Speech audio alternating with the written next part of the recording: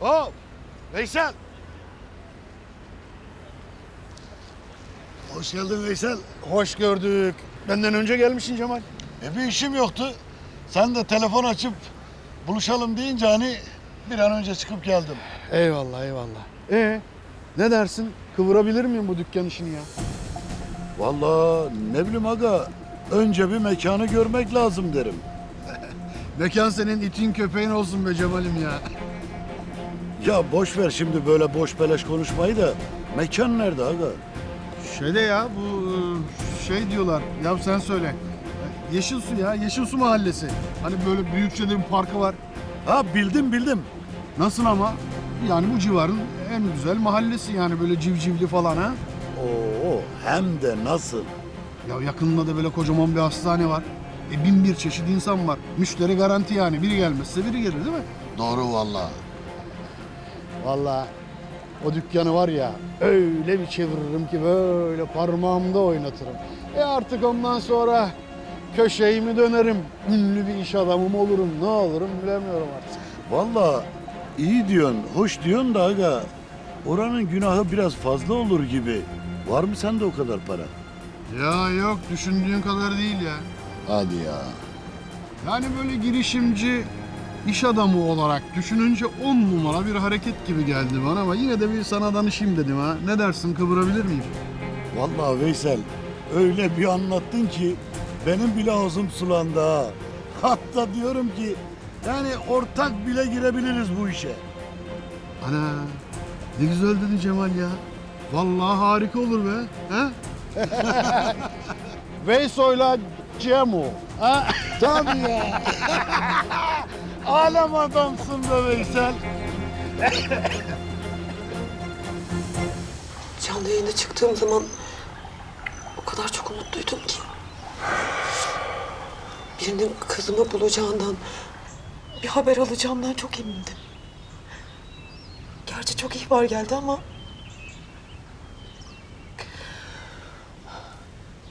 Tabii ya. Bu kadın bizim Elif'in annesi.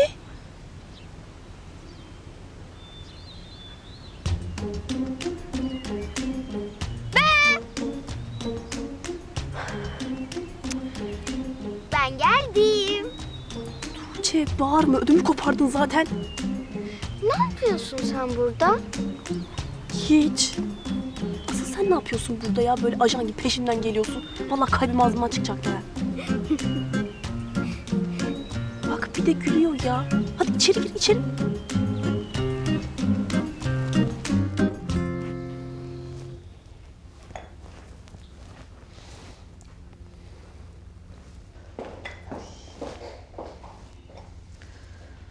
Tuğçe, bak Tülay nefis şeyler hazırlamış. Hadi üstünü değiştir de hemen mutfağa in. Tamam.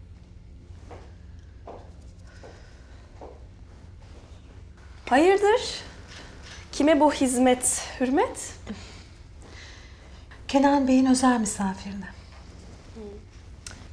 Yalnız hep hamur işi olmuyor ya. Hani ben yiyemiyorum bunları. Bana meyveli yulaf ezmesi hazırla. Atıştırmalıklarını kendin hazırlayacaksın canım benim. Gördüğün gibi işim var. Pardon? Bilmem farkında mısın ama ben burada Tuğçe'den sorumluyum.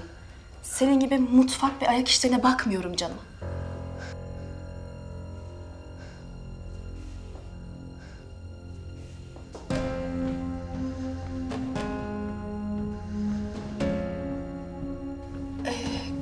Kusura bakma Tülay. Sana yardım edemeyeceğim. Benim Tuğçe ile ilgilenmem lazım.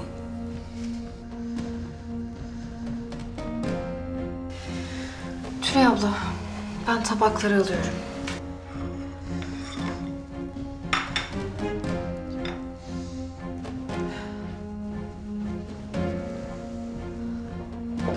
Asuman.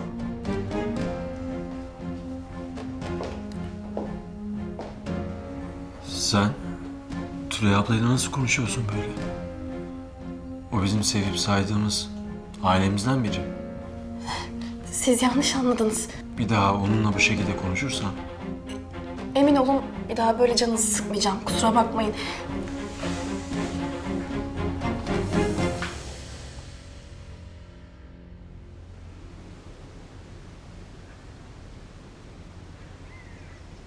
İnşallah sihirli meyve tabağımızdan yiyince iyileşir. Sence sever mi? İnci, kaç kere söyleyeceğim? Sihir diye bir şey yok. Ama emin ol, Rabia teyze bunları çok sevecek. Hadi yürü.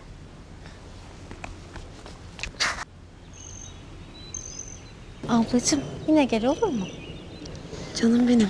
Gelirim tabii ki de. Sen de kendine iyi bak, tamam mı? Aklım hep sende bak. sen merak etme abla. Ben buradayım. Her şey benim kontrolüm altında. Melekçim, görüşmek üzere. Feride'ye de çok selamlarımızı ilet olur mu? Baş üstüne. Allah'a ısmarladık. Ben de çıkacağım şimdi.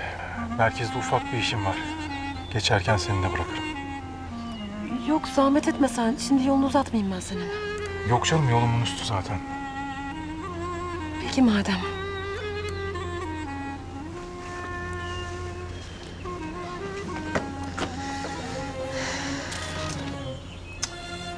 İnanmıyorum ya.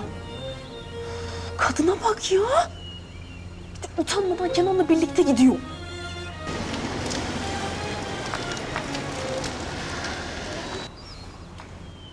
Allah kahretsin.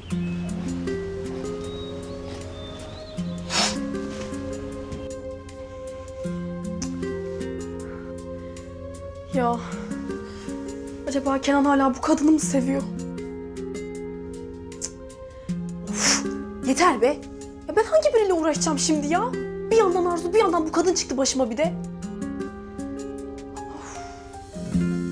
Ay. Güzel kızım benim. Ben kaç zamandır görmemiştim seni. Boyun biraz uzamış mı? Elif abla benden daha uzun. Çok uzun. O abla olacak o kadar. Elif de senin kadar çok tatlı bir kız. Neyiniz oluyor yavrum? Akrabanız mı?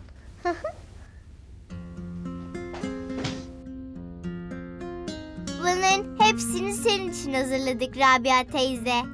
Ah kuzularım benim. Neler de hazırlamışlar o minnacık ellerinle. Gel gel otur. Bunların hepsini Elif ablamla birlikte sorduk.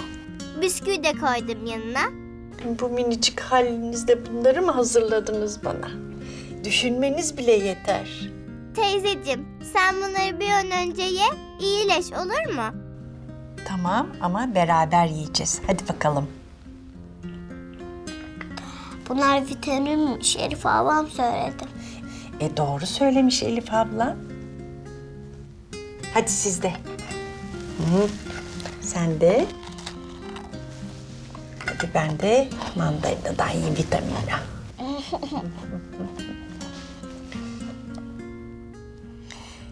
Çocuklar?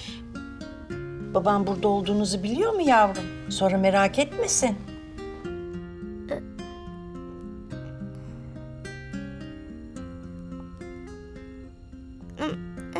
Birazdan gideriz zaten. Peki o zaman. Hadi yiyin hepsinden. Bak elma da yiyin. Hadi güzellerim benim.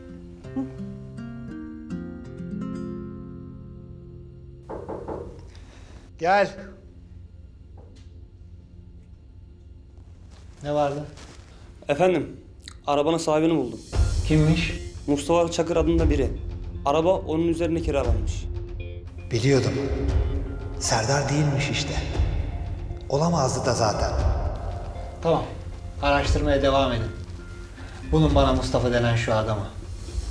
Bakalım kimin nesiymiş. Peki efendim.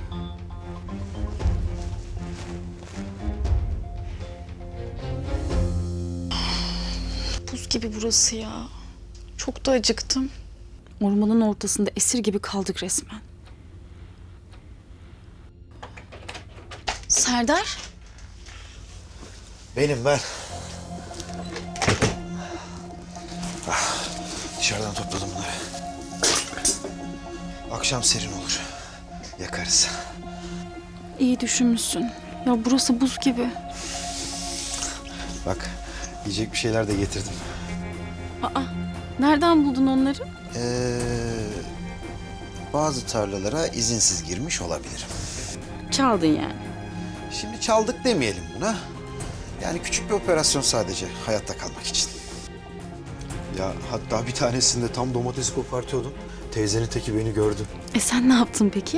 Ya ne yapacağım? Koparttığım gibi topuk. Arkamdan bas bas bağırıyordu var ya. Serdar sana inanamıyorum.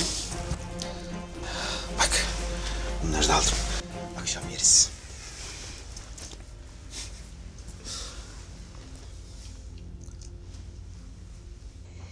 Güzellerim, ellerinize sağlık. Ne güzel şeyler hazırlamışsınız bana.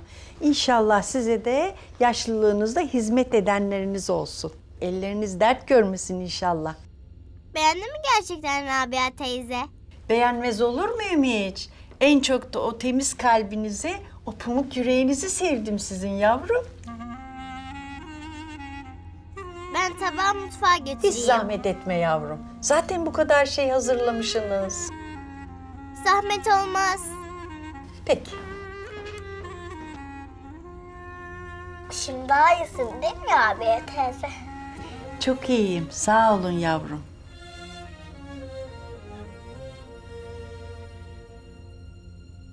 Elif kızım sağ olsun. Rabia teyze, biz artık gidelim. Tamam çocuğum. Düşünmüşsünüz, gelmişsiniz. Allah sizden razı olsun. Hadi İnce. Ben sizi geçireyim. Dur sen kalkma sakın. Rabia teyze senin dinlenmen lazım. Peki o zaman. Biz yine geliriz. Sen merak etme tamam mı? Benim güzellerim. Oho. Allah bir gününüzü bin etsin inşallah. Allah'a emanet olun. Tamam yavrum. Hadi dikkatlice gidin şimdi. Görüşürüz. Görüşürüz. Kurban oldum Allah'ım. Sana binlerce şükür olsun Rabbim.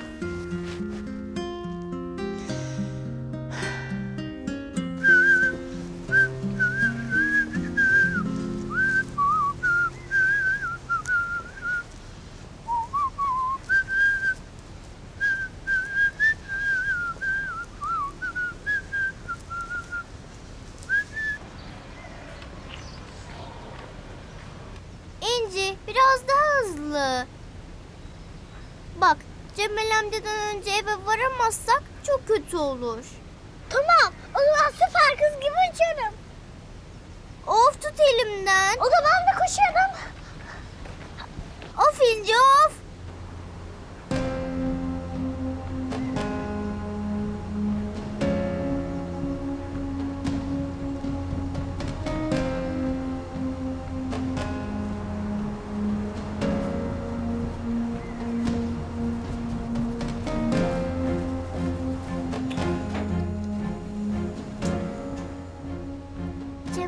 amca.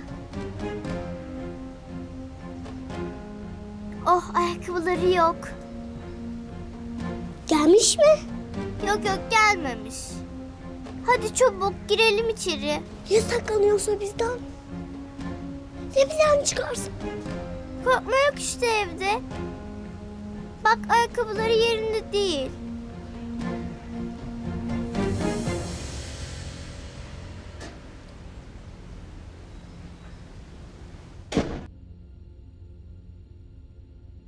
Cemil amca gelmeden mutfağı toparlayayım ben.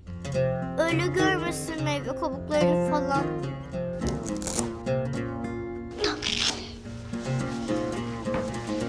Teşekkür.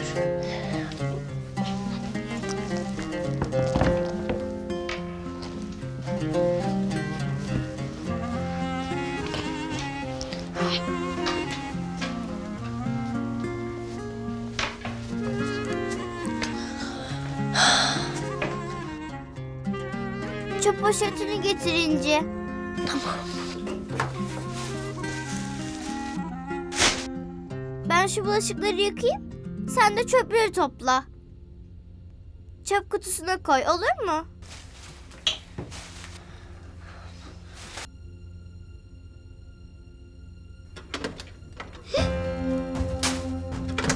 Geldi işte. Yetişemedik. Neredesiniz kız? Hadi yerden poşet alınca. Kapa şu musluğu, kapa. Baban ödemiyor su faturasını. Özür dilerim. Ben bulaşık yıkıyordum da. Sus kız, cevap verme. Sen de al şu dürümü bir tabağa koy. Kurt gibi açım sabahtan beri. Ne bakıyorsun aval aval yüzüme? Hadi sene. Ey Allah'ım ya Rabbim, ne günlere kaldık. Resmen dadı oldum. Vallahi dadı oldum ya.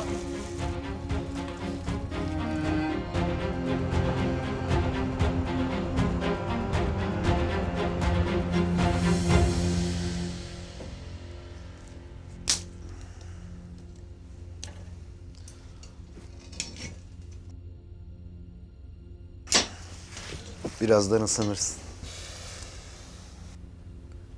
Serdar. Yok yere senin de başına bela oldun. Keşke seni hiç aramasaydım.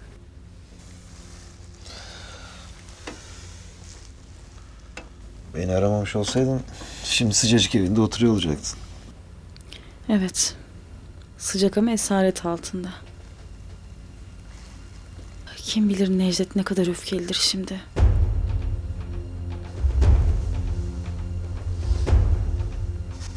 Gonca.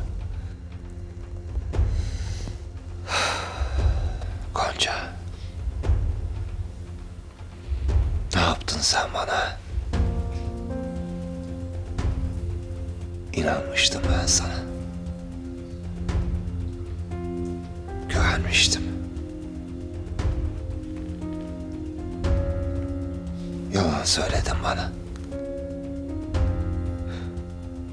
Kandırdın.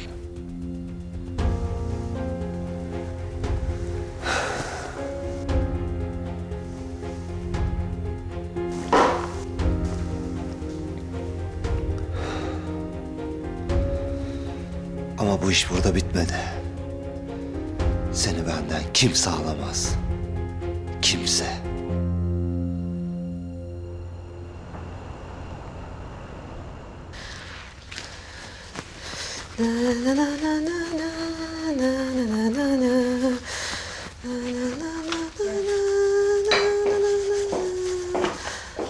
Kolay gelsin Tülay Hanım. Ne güzel mırıldanıyordunuz ya. Ben geldim diye mi sustunuz? Eğer yardım edecek bir şey varsa... Yok, sağ ol. Siz bana çok kızgınsınız değil mi? Ne deseniz haklısınız. İnanın ben size niye öyle davrandım hiç bilmiyorum.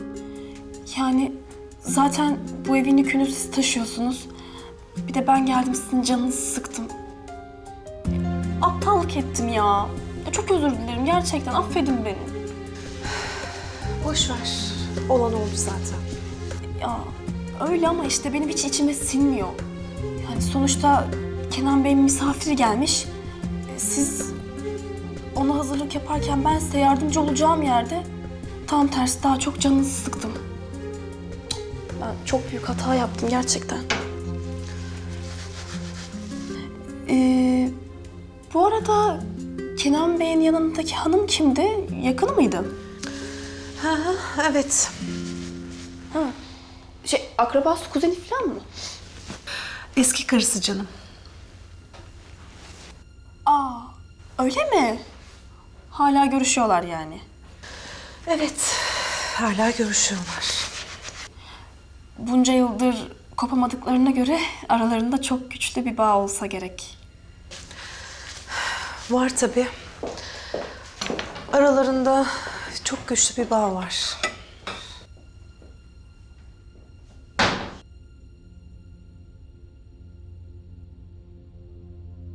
Elif.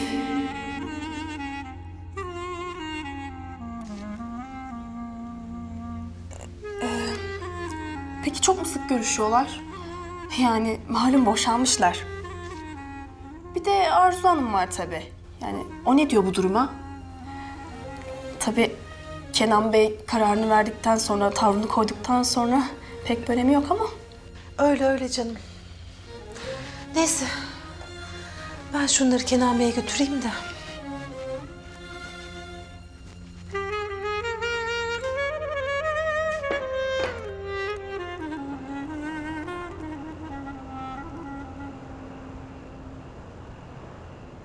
Yıldızlar ne güzel parlıyor değil mi? Hı hı. Şu an öyle huzurluyum ki.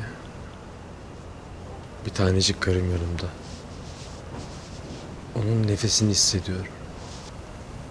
Kokusunu duyuyorum. Başka ne isterim ki? Sen de iyi ki varsın. İyi ki. İlk tanıştığımız zamanı hatırlıyor musun? Arabanın önüne çıkmıştım birden. Sonra da dikkat etsene diye bağırmıştım sana. Haklıydın. Seni ilk gördüğüm zaman kendi kendime dedim ki kim bu güzel kız? Adı ne acaba diye düşünmüştüm. Ya hiç belli etmemişsin ama. Nasıl edeyim? Öyle atar yapınca ben de çekindim. Bir keresinde hatırlıyor musun? Sınav vardı, ben durakta otobüs bekliyordum. Sen de arabanla geçerken beni görmüştün. Ben de okula gidiyorum, gel seni de götüreyim demiştim. Sen de her zamanki gibi terslemiştin beni. İyi ki de terslemişim ama sonra arabam bozulmuştu, sınava geç kalmıştım. Bir de kantine böyle elin yüzün yağ içinde gelmiştin. Evet ya.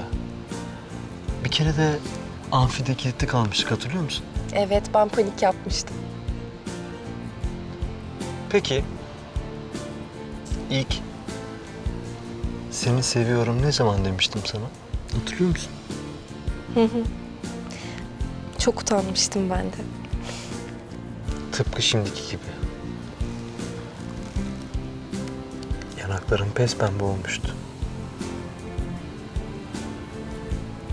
Seni seviyorum. Seni seviyorum.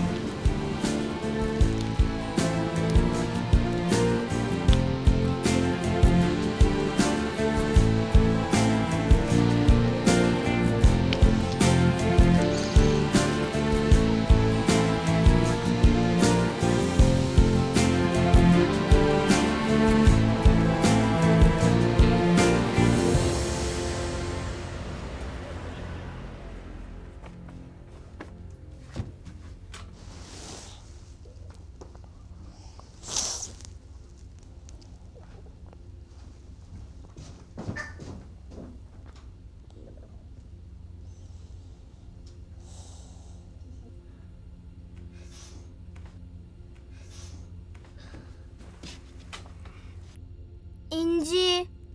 İnci. İnci. İnci.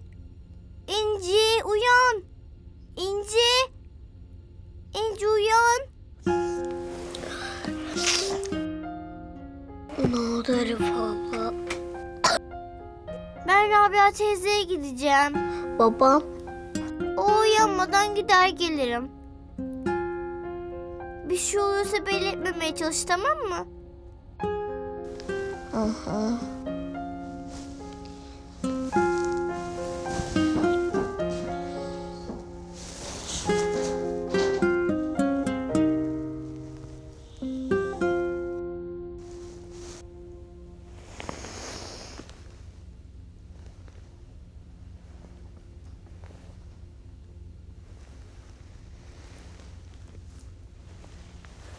Selim. Benim biricik karım uyanmış mı? Ben de nerede bu diyorum. Bu adam bana deliler gibi aşık. Fazla uzaklaşmış olamaz diye düşünemedim mi? Ay Selim. Buyurun Zeynep Hanım, kahvaltınız. Neler var burada? Sen ne zaman hazırladın ki bunu? Vallahi romantik bir hareket yapacağım diye biraz uykusuz kaldım yani. Kalmadım değil. Bak sen pişmansın yani. Hayır, asla pişman değilim. Hatta bunları da bizim bahçeden aşırdım. Sus, sakın annem duymasın. Ay Selim çok tatlısın. Anlamadım. Neyim? Tatlısın tatlı. Ha, ben o zaman şuradan bir öpücük alayım. Alayım hadi. Ah, şimdi oldu.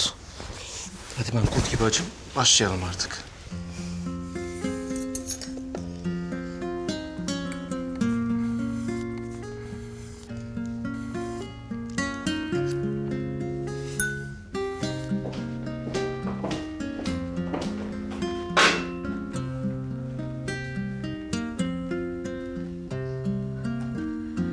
Bakalım Kenancığım ne yapıyormuş, nelerle uğraşıyormuş.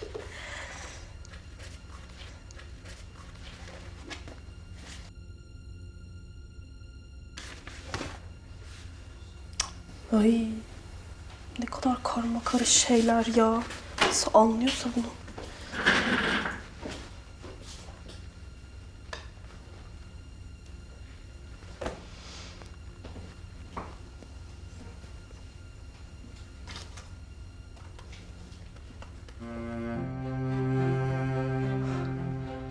Allah kahretsin ya.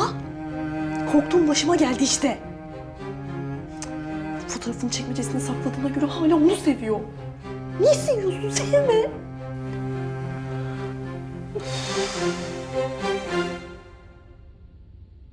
Hıy.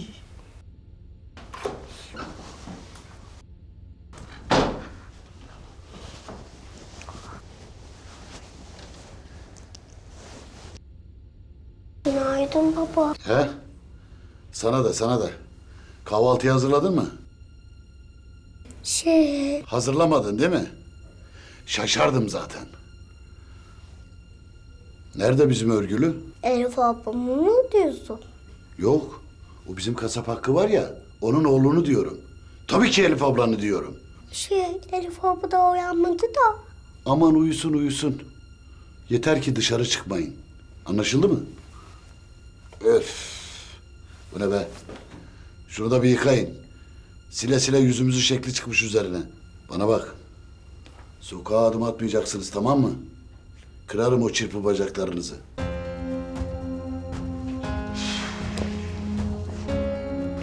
Bak şu köşedeki bakkala git olur mu yavrum? Hemen eczanenin yanındaki. Oranın ekmeği tazecik oluyor. Hem sana gösterdiğim peynirle yoğurttan da alırsın. En küçük kutularından. Tamam. Hemen alır gelirim. Allah senden razı olsun yavrum benim. Güzel bakışlı kızım. Elif, kızım. Bak paranın üstüyle de inciyle kendine çikolata alırsın olur mu yavrum? Çok teşekkür ederim. Bir şey değil. Hadi şimdi dikkatlice git gel.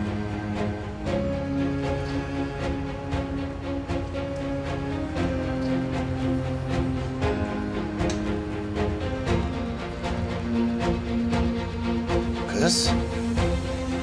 Örgülü. Hani sen evde uyuyordun? Şimdi yaktım çıranı. Kız! Cemal amca. Cemal amca ya! Ne işin var senin sokaklarda? Ne işin var o evde? Ben sana sokaklara adımını atmayacaksın demedim mi ha? Demedim mi? Cemal amca ben sadece... Kaçacak mıydın yoksa ha?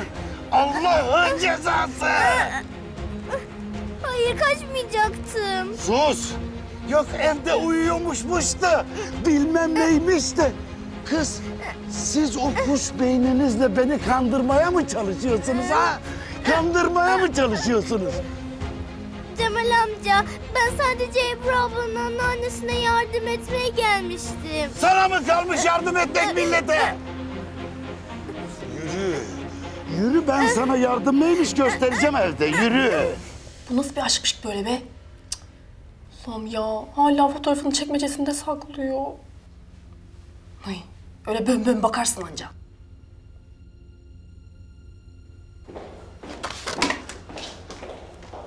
Kenan Bey.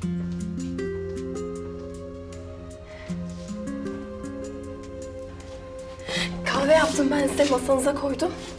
Sade seviyorsunuz diye sade yaptım. Pardon buyurun.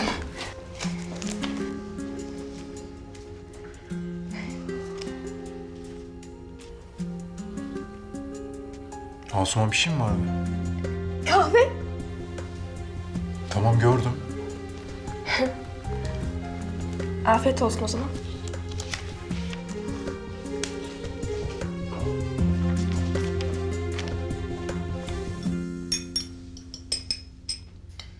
Ablacığım yumurtayı haşladım ama istersen yağda da pişirebilirim. Yok Feride, benim için fark etmez. Yerim ben. Öyle diyorsun ama doğru düzgün beslenmiyorsun bile. Zayıfladın sanki bu aralarda. Yok Feride, ondan değil ki. İçim almıyor benim. Abla bak yaran da geçti tamamen. Merhemler iyi geldi. Öyle canım. Geçti. Ya zaten küçük bir sıyrıktı. Önemli bir şey değildi. Ne küçük sıyrığı abla ya. O adamın sana öyle davranması yeter. Kim bilir ne kadar korkmuşsundur. Biraz korktum ama asıl Gülcan'a yaptığı zulümden sonra. O zaman acıdı işte canım. Zavallı yavrucak ya. Ama neyse ki şimdi kurtuldu Feride. Amcasının baskısından uzakta. Daha rahattır inşallah.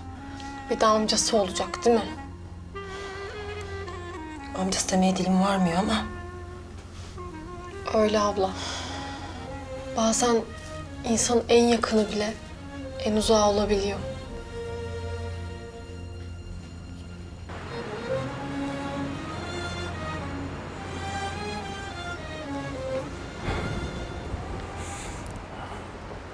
Ah be. Kurtulduk nasıl satayım.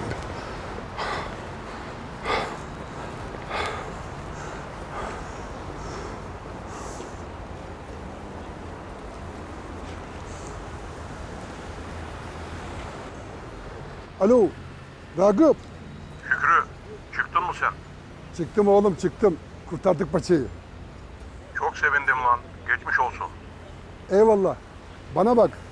O görüş günde bana geldiğinde hani ben sana bir iş söylemiştim. O beni içeri tıktıran kara hakkında araştırma yapacaktın. Hallettin mi o işi? Ayıpsın kardeşim. O iş tamamdır. Hiçbir sıkıntı yok. Aferin lan. Buluşalım o zaman. Olur. Nerede? Her zamanki yerde. Bir 15-20 dakikaya oradayım ben. Tamam. Eyvallah. Nerede kaldın Elif abla? Babam gelmeden dön artık.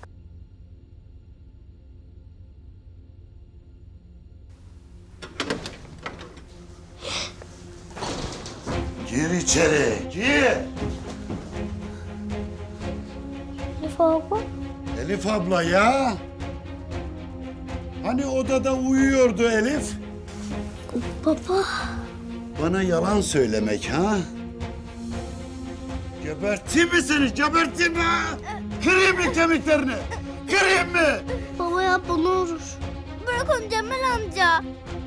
Onun bir suçu yok. Bir karış boyunla babanı mı kandırıyorsun sen? Kırayım mı kemiklerini ha? Kırayım mı? Bırak Cemal amca. Öyle söylemesini ben istedim ondan. Katil mi edeceksiniz beni? Sen bir daha bunun aklına uyarsan var ya... bundan sonra değil sokağa adım atmak... pencereden bakmak bile yasak size. Yoksa ağzınızı yüzünüzü dağıtırım yeminle. Tamam mı?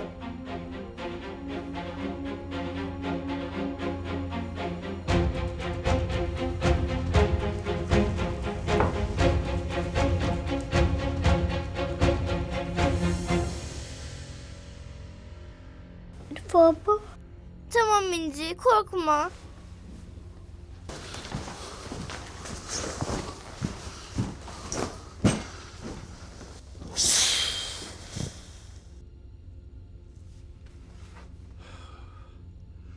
Ulan birileri yolda yolakta şu örgülüyü görür de tanırsa vallahi... ayvayı sapıyla yerim ha. Hele o Necdet darma duman eder beni. Bir de çocuk kaçırmaktan bu yaştan sonra hapsi boylarım vallahi.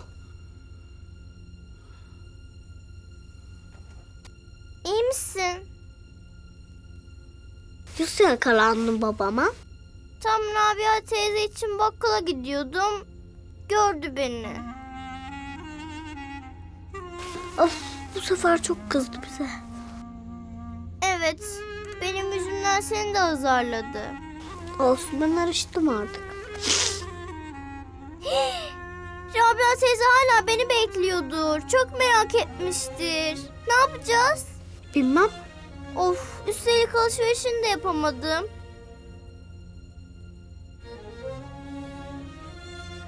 Bak, parası da bende kaldı.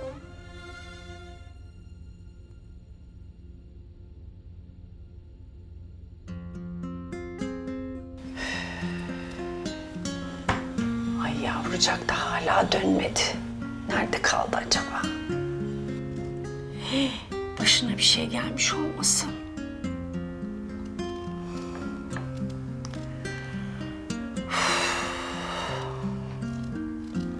Neyse gözüm.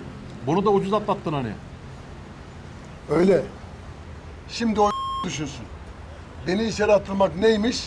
Fitil fitil getireceğim burnundan. Hakkındır. Sana yamuk yapanın üstünü çizeceksin. O da senin sayende olacak. Neredeymiş bunun yeri yurdu? Öğrenebildin mi? Al. Kim bu velet oğlum? Kadın bu kızın anası işte. Hakikaten ya. Bizim kıza da amma benziyor ha. Abi işte kadının kızı bayağıdır kayıp olunca senin yeğene sarmış belli ki. Ben de onu öyle bir saracağım ki. Dur sen. Telefonu ilanın üzerinde yazılı. Adresi de burada. Bunlar işini görür herhalde. Eyvallah birader.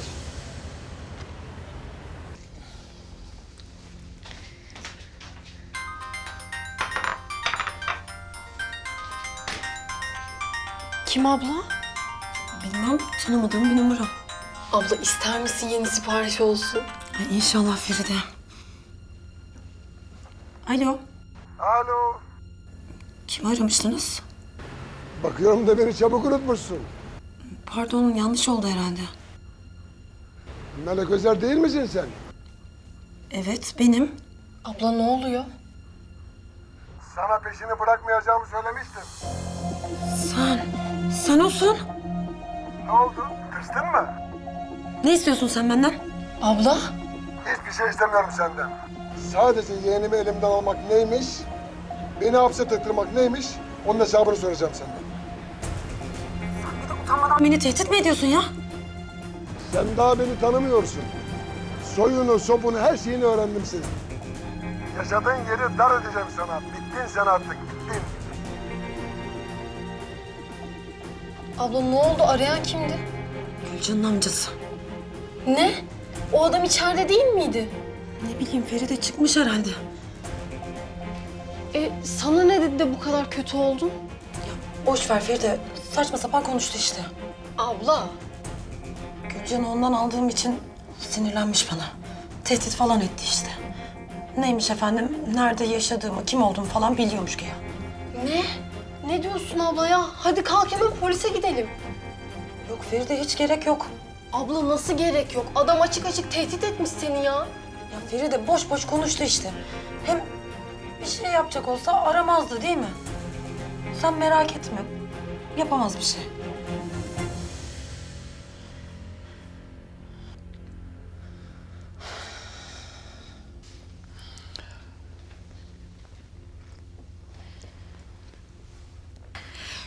Tuğçe bugün kalkarken hiç huysuzluk yapmadı. Hatta böyle kahvaltısını bir an önce yapıp okula gitmek için can atıyordu resmen. Ne güzel. Yani bir an önce okula gidip hemen evine dönmek istiyormuş. Bak sen Tuğçe'ye. Okuldan geldikten sonra birlikte saç tokası yapacağız diye çok heyecanlandı da o yüzden yani. Torunumu böyle gördükçe çok mutlu oluyorum. Çok. Görüşmeye geldiğim gün Selim Bey Tuğçe'nin çok zor bir çocuk olduğunu söylemişti bana ama... Yani sonuçta Tuğçe'nin de yaşadıkları kolay şeyler değil. Yani aslında böyle tepkiler vermesi gayet normal geliyor bana. Zor bir süreçten geçiyor tabii o da.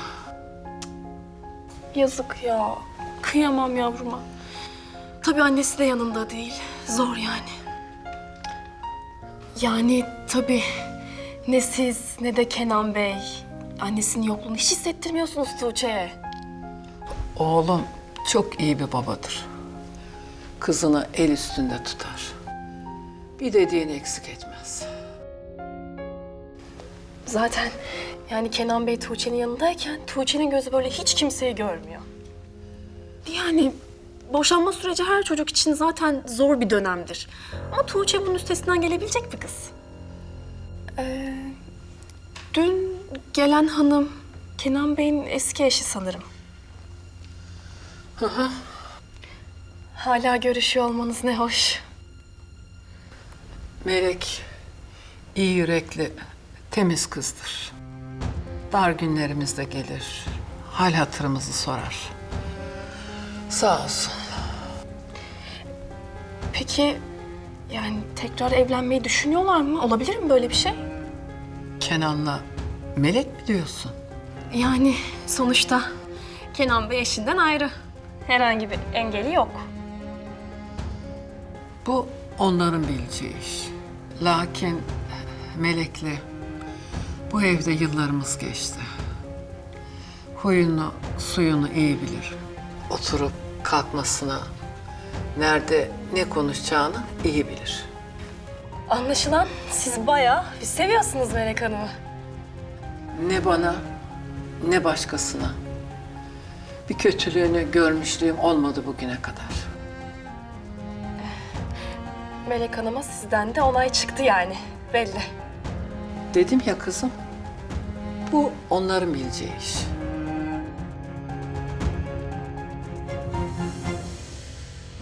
Ah zaman vurur geçer yüzüme, acısı kalır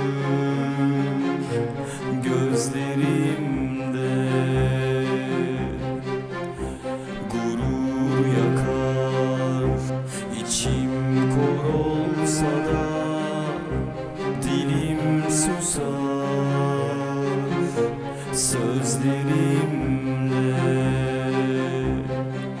Dağıtır ayırır bizi kader, uzak bana yasaklı yüzün. Çoğalıp büyüyor içimde keder, ellerimde bir çare hüzün. Tükenip bitiyor dilimde son